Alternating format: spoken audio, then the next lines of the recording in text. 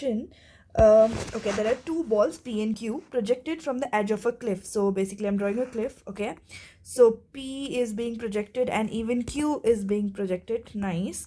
Okay, cool. Now the difference is that P is projected horizontally at a speed v. So this is projected with a speed v, and Q is projected vertically up with the same speed. Let me call it v. Okay, the time taken for P to reach the ground is TP. So of course V is gonna, reach the ground something like this, and the time it takes is TP, and the velocity at impact is VP, like just before hitting the ground, that velocity, or just when the velocity with which it hits the ground is VP. Okay, now we are ignoring air resistance. So they are saying, the question is asking what is the time taken to reach the ground and the speed at impact for this ball Q. So very simple. Of course, the time taken for Q will be greater than for P, because for P is just moving like down, just covering this much displacement in the y-axis.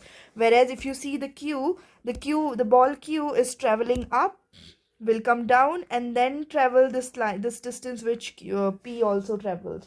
Okay, so of course Q is traveling extra, so the time taken will be more.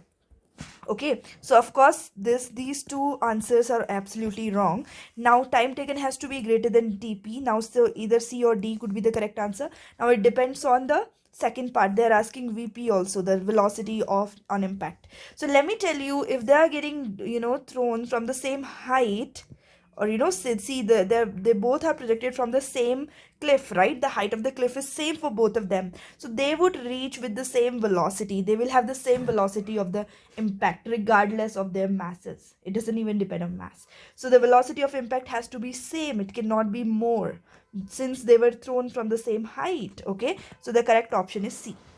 Okay,